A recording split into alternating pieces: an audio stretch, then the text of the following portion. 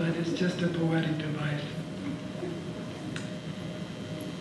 So it's not surprising, he surmised, the mass of mangled disenfranchised believed the bubbles of Bethsaida healed every gastric pain, even sewed back broken bones stronger than before. Barefoot as a summer schoolboy, deep in woods west of town, searching Saturday excitement, strolling down a thicket hollow, the calves against the underbrush, along a clear, quiet creek he had first stumbled on, the icy spring where life began, and sand finds puffed up rainbow sparks cresting on the surface like 1,000 floating billows of kaleidoscopic grace. When he plunged his fingers in the swirling silver chrism, he thought he felt the power of Yahweh shiver through his marrow like a fire.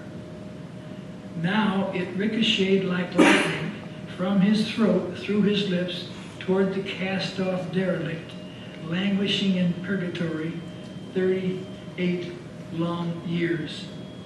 Quote, "Take up your mat and walk again," quote.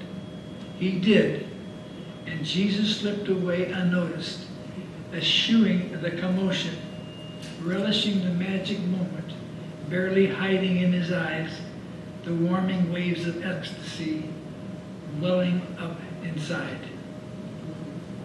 So, how did he feel on the other side? Now, this next poem, Caesarea Philippi, we're all told this was a big turning point for the disciples, but it's also, I believe, a major turning point for Jesus. This poem lays out why. Caesarea Philippi. He rejected the dramatic approach of the Baptist, that is, to confront the Pharisees head on.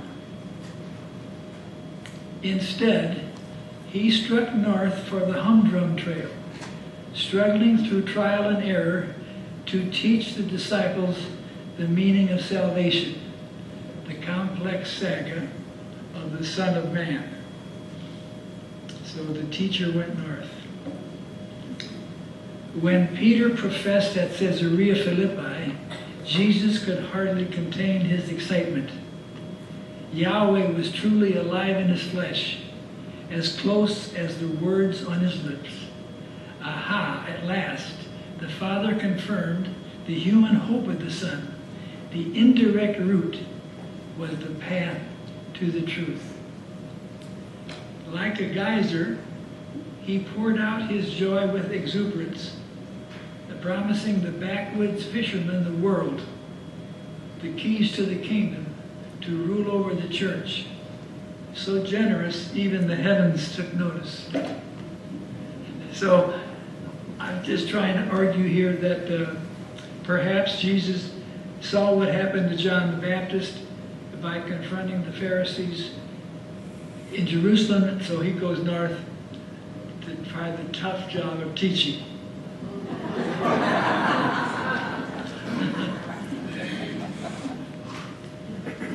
So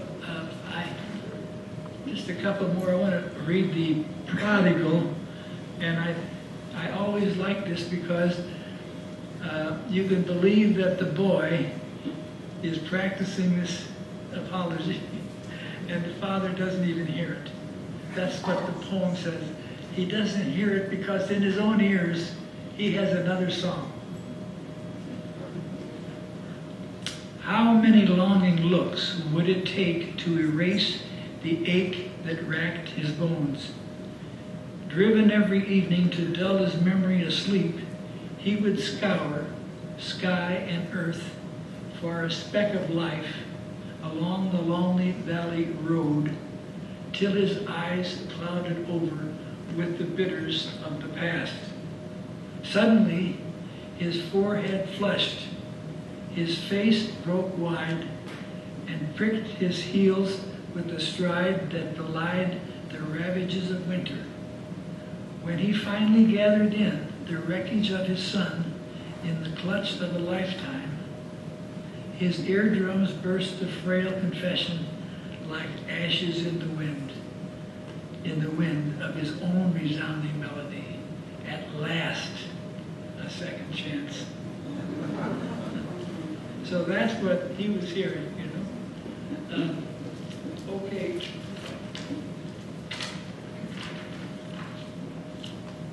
I'm going to try a poem you all know, the story of Zacchaeus. What you may not know is that the name Zacchaeus means the pure and innocent one. And the message of the poem is who is searching for whom. And it, I think, gives an answer.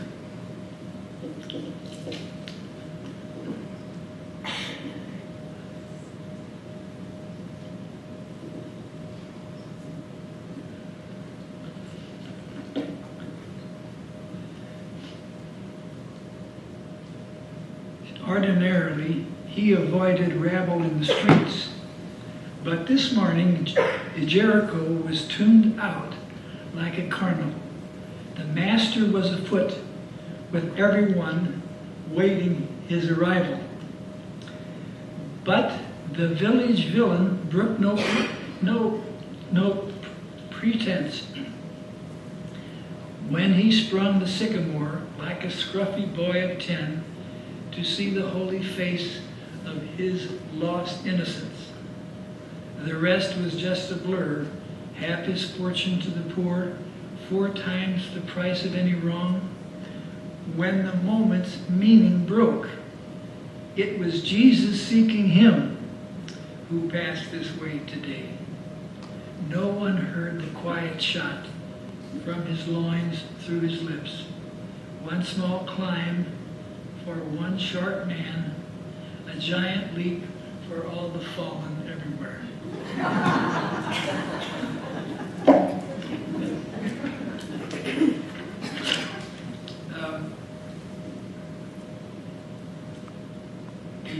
The encounter in St. John's Gospel of Jesus and the Samaritan woman. That's a classic story, charged with emotion. So this is definitely something I wanted to write on. At one part of the poem, I compare the woman as a sailing sloop. But the heart of the poem is when she and Jesus speak. What mysterious fleck of grace sparked her solitary trek across the desiccated outskirts in the ancient water well, braving noonday's highest heat? To the thirsty foreigner, she appeared from afar, slowly bobbing in the headwind like a sluggish sloop, bare feet buried underneath dusty waves, but sailing straight away along a predetermined tack. When they spoke, time stood still. Chrism showers moistened every word and glance between them, flashing open to the daylight, virgin waterfalls inside, rinsing Jacob's desert shade with secret scent of Eden air. Each had found the sacred fountain of their heart's desire. She a taste of glory in the harbor of his ocean. He at home at last, anew, awash in her oasis of belief, swimming in the skin of earth, Yahweh surging in his veins.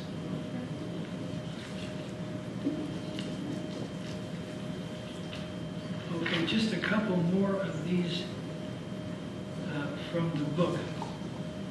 This next one is called The Legacy of Lazarus. And it's got some poetic license. involved in it, as you'll quickly see. No one knew how the two, leagues apart in distance and ambition, became so tightly bound in flesh, death could not shear asunder. Perhaps a childhood misadventure or adolescent fantasy sewed their souls together, so there was no crease between them. Lazarus, the confidant, was the one who listened, absorbing every disappointing sorrow into dust, melting every dark night into dawn. He could rinse the clouds away with the yes inside his eyes, could brace his sails, his meaning Jesus, in the doldrums with the flare of hope across his cheeks. Without a word in his bosom, Jesus slaked his thirst for solace, found the strength to breathe the heat that still sparks our spines today. Now, what I'd like to do is to finish off this long segment of the poems themselves. I'm going to close with two about Mary. One is called Madonna, and it emphasizes her redemptive role in salvation history. The other one emphasizes how she affects who Jesus is. So first, Madonna. At the foot of the cross, her face redraws the scars of sacrifice. Sorrow soaks her to the ground like a bended S. Brackish with her firstborn's blood, her tears shower earth for hours, leaving bone dry landscapes lost since the dawn of time, until the slope of human hope finds bedrock footing in her steely yes. The axis of the world tilts the aerial of earth toward home when she rises with the sun from the prism flash. Now, this next one is just called Miriam. This really celebrates Mary's human gifts that she showered on her son. We often forget. I mean, perhaps even his looks. So here it is called Miriam. When the chapbook opened, the poet seemed to slip loose from the earth. His words sprayed sparks that hushed the banquet hall, lifting every listener aloft. Mesmerized by the mystery, how the peasant girl from Palestine, exquisite in form and flesh, fashioned such a striking son that all the wounded world across the firmament of time would look to him to heal their hurts, to find their heart's desire. When the last triplet sounded, the quiet crowd swooned and filed outside silently into cleaner air with a fresher step and their chests on fire. So,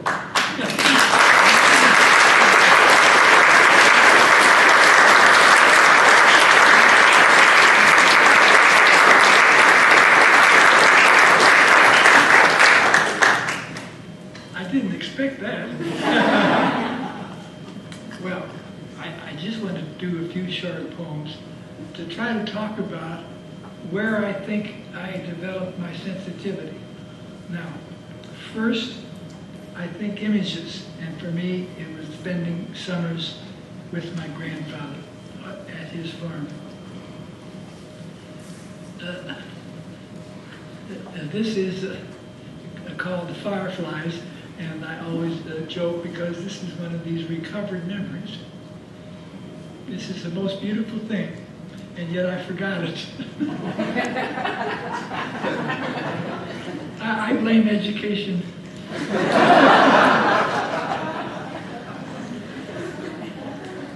So this is just called the Fireflies. The long-legged, restless boy strapped atop the Ferguson cultivated corn all day, simmering from dawn till dusk because the tractor's engine roar made Grandpa's ears ring all night long. But every evening after dinner, he would race the rolling prairie just to feel the magic power of his stretching tendons, sliding through electric air, floating all the way across the county line. One mid-July night, en route home, he galloped to the ridge, then stumbled slowly to his knees in awe of what he saw, fearing that his crashing footfalls might disintegrate the mystery and dissipate the miracle. 1,000,000 fireflies set the hollow blazing for a mile. The stippled hillside sparkled with the firmament of shining eyes, like fresh-cut diamonds waiting for the hurl of God to shape the helix skin of heaven. He lingered till his panting ceased and the light had soaked his flesh. And now, at 75 in summer, he still walks the sundown pastures when the stars come out to shine, searching for another flash to mark the passage home.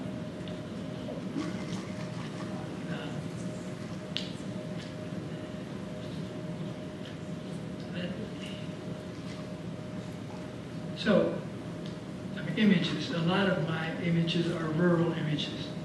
I don't think there's any need to demonstrate or to prove that, so I'm going to skip the next poem. Secondly, I think living poetry is also sourced in emotion. And sometimes that emotion comes from searching, roots searching. This is the first poem, I shouldn't say the first poem I wrote. I wrote this poem when someone asked us to write our first memory. So this is my first memory.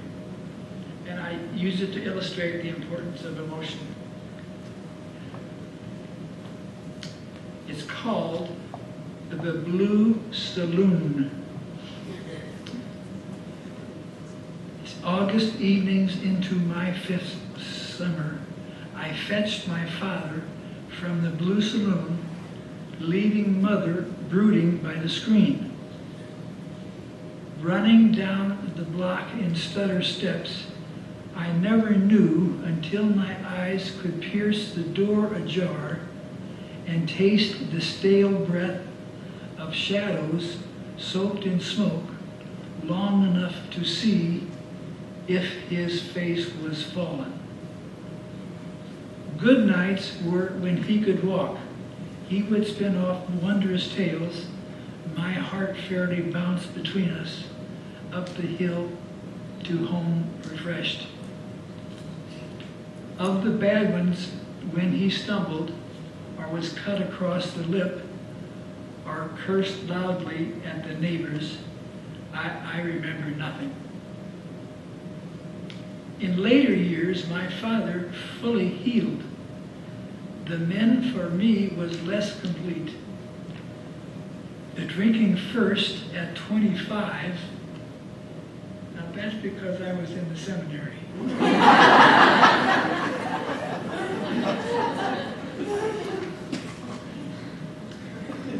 You see, drinking first at 25, and even now, at 75, I cannot pass an open tavern door without a sinking sense of something sacred slipping loose inside. So that was, one aspect of my family. I want to read another one about my mom. Because for me, it's very difficult to overestimate the influence of parents, but for me, of my mother. So anyway, I wanted to read you this poem. She had a periodic battle with bipolar. And this was at a time when we didn't understand it, and they used shock treatment. So this is called One-on-One. When I was 10 in early winter, I used to dodge the curbside trees, dashing home from school alone, the feigning games of one-on-one, chalking up the score out loud, to steel myself against the fear that Mom was manic once again. I never knew until my shoe crossed the kitchen rim and my gaze gripped her face for traces of the temple veins that creased the smile that tried to hide the terror flaring in her eyes. So it was quite apparent if she were in a manic stage.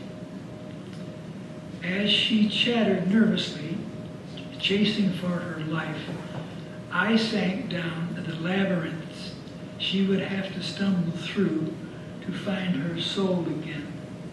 The country drive disguised, her wounded face behind the bars, the shock and aftershock that rubbed her flesh of feeling, the slow relearning over almost everything she knew and did before. When Dad came home, my bones would wake and quickly slip away to solitary backyard basketball. So I think that's interesting because it's telling you one way that a young boy deals with this, and it is to deny it. Another component, I think, of lived poetry is rhythm.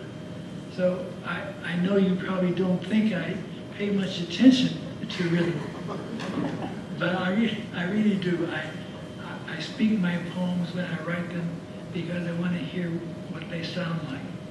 So I'm going to read just a couple here. One is called Seed Time. And it's unusual because it does have a rhythm, and it also has rhyme. Normally, I don't write rhyme, at least end stop.